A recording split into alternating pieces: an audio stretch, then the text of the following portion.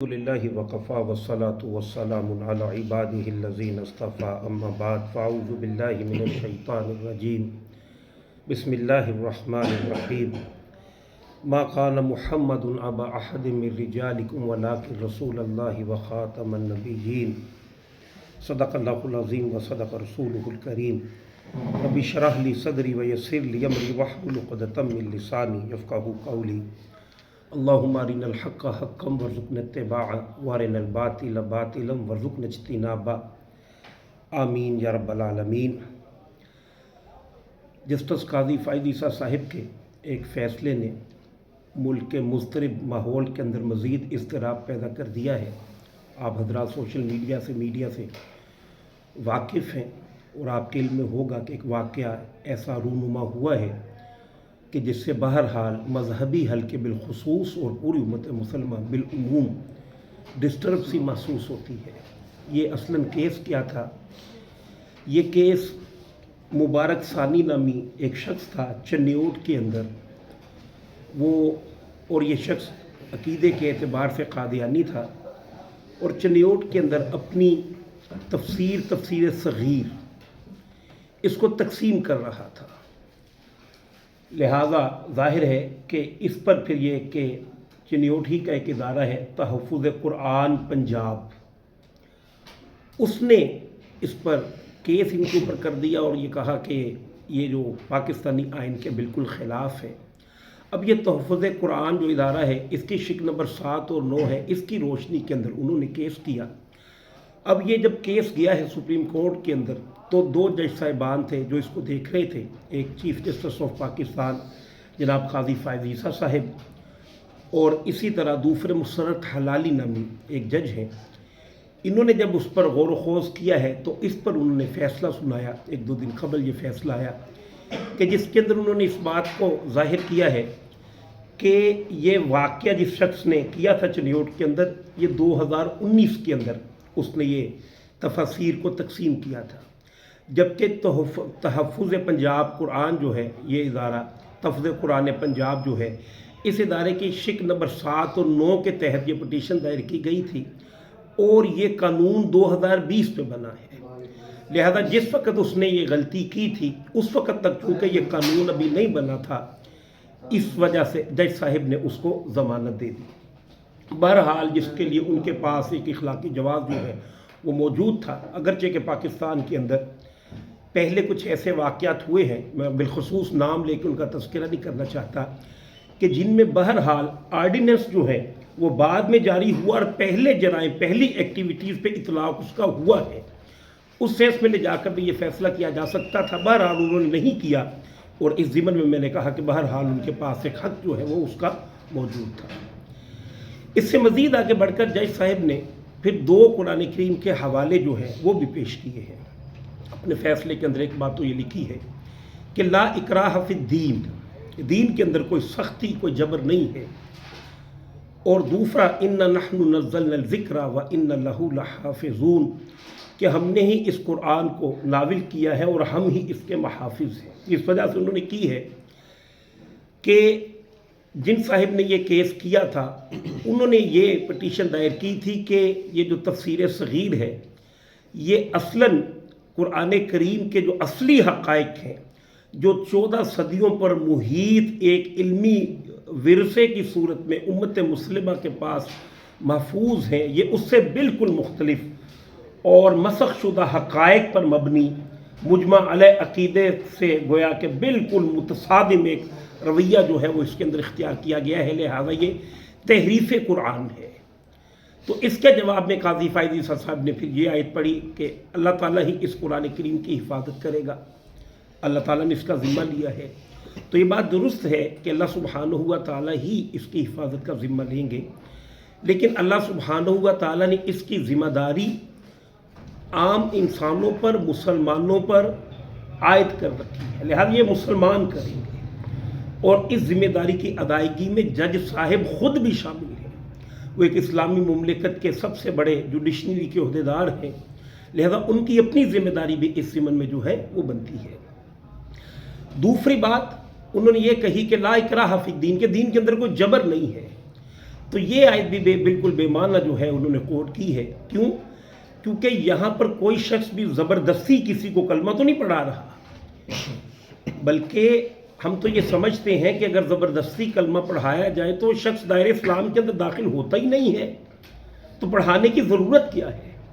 بلکہ یہاں پر تو الٹا معاملہ ہے کہ جو لوگ دائرہ اسلام کے اندر، یعنی جنہیں اسلام کی قوت متاثر کر کے اسلام قبول کرنے پر ابھارتی ہے، ان کے لیے اس ملک کے اندر جو لوگ کنورٹ ہوتے ہیں ان کے ورثہ ان کو تکالیف دیتے ہیں، ان کو جو جائز حقوق ملنے چاہیے اس اسٹیٹ کے اندر وہ نہیں ملتے.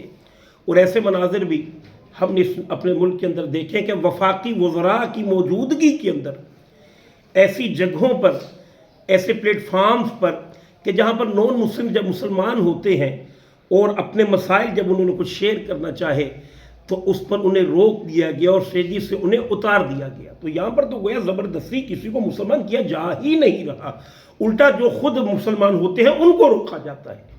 تو یہ آیت بھی ان کی جو گویا کہ کوٹ کرنی ہے وہ بالکل عقل کے خلاف ہے. یہ دونوں چیزیں جو ہے بہرحال انہوں نے اس ٹھیک سے انہیں کوٹ نہیں کی. پھر جج صاحب نے اپنے فیصلے کے اندر یہ بھی لکھا ہے کہ آئین کے آرٹیکل 20 کے تحت ہر شخص کو مکمل مذہبی آزادی حاصل ہے اور ہر فرقہ، ہر مذہبی فکر اپنے ادارے بنا سکتا ہے. بالکل ٹھیک بات ہے، اس پر میں کوئی اعتراض نہیں ہے. اور آئین کی شق نمبر 22 کے تحت ہر شخص اپنے دین کی ترویج کر سکتا ہے. اگر واقعتاً ایک اسلامی آئین ہو، اس آئین کے اندر یہ جو شق ہے آیت نمبر 22، یہ بہرحال قابل اعتراض ہے. اسلامی نظریاتی مملکت کے اندر کسی بھی اور نظریے کی عام ترویج کرنا، اس کی اجازت جو ہے وہ شریعت نہیں دیتی. بہرحال اگر آئین کے اندر وہ رقم ہے تو میرا اس پہ بھی اس وقت کوئی اس حوالے سے کوئی کنسرن نہیں ہے. ہاں تو اس پر چونکہ یہ غیر مسلم ہے تو اس ضمن میں آپ نے کہا انہیں پوری مذہبی آزادی ہونی چاہیے اور انہیں اپنے دین کی اشاعت کرنے کا حق ہونا چاہیے. تو ایک سوال ہے، کیا وہ عیسائی ہیں؟ مبارک ثانی نامی شخص جو پکڑا گیا، کیا وہ عیسائی ہے؟ نہیں. کیا وہ یہودی ہے؟ نہیں. کیا وہ کوئی ہندو ہے، پارسی ہے، کسی اور مذہب سے تعلق ہے؟ نہیں. تو پھر کیا ہے؟ وہ قادیانی ہے. اور قادیانی جو ہیں ان کے لیے تو سمجھ لیجئے کہ اسی آئین کے اندر 296 بھی اور 298 سی جو آئین کی شقیں ہیں، ان شقوں کے تحت، اسی آئین کے تحت جس کے آپ محافظ ہیں قاضی فائز عیسیٰ صاحب، اسی آئین کے تحت یہاں پر قادیانی کسی بھی شاعر اسلام کو اختیار نہیں کر سکتے. نمبر 2، وہ آگے بڑھ کر اپنے دین کی ترویج کسی سطح پر بھی نہیں کر سکتے آئین کے تحت. کیوں؟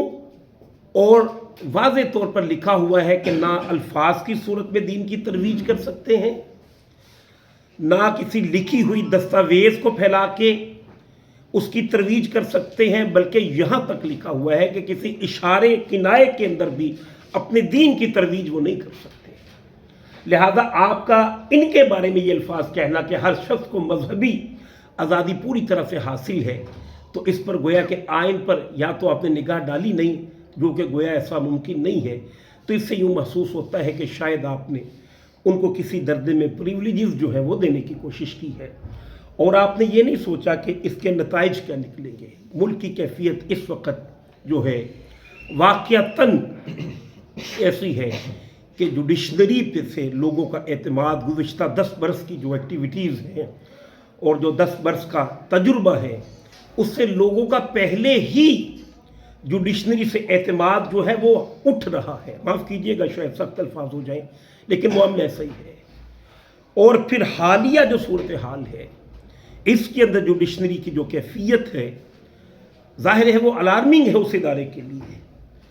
اور اس پر مزید آگے بڑھ کر جس طرح کے فیصلے آپ نے دیے ہیں، جیسے میں نے کہا ہے کہ اس کو ضمانت دے دینا وہ ٹھیک تھا، لیکن اس سے آگے بڑھ کر آگے آیات کا اس طرح کا انطباق آپ کا کرنا کہ جو بالکل برمحل نہیں ہے، اور پھر اس سے آگے بڑھ کر اس سے گویا کہ ایک ایج انہیں فراہم کر دینا کہ جس سے وہ اپنے دین کی ترویج کر کے ہزاروں لاکھوں مسلمانوں کے عقائد کو خطرات سے دوچار کر دینا، یقیناً یہ ٹھیک نہیں ہے۔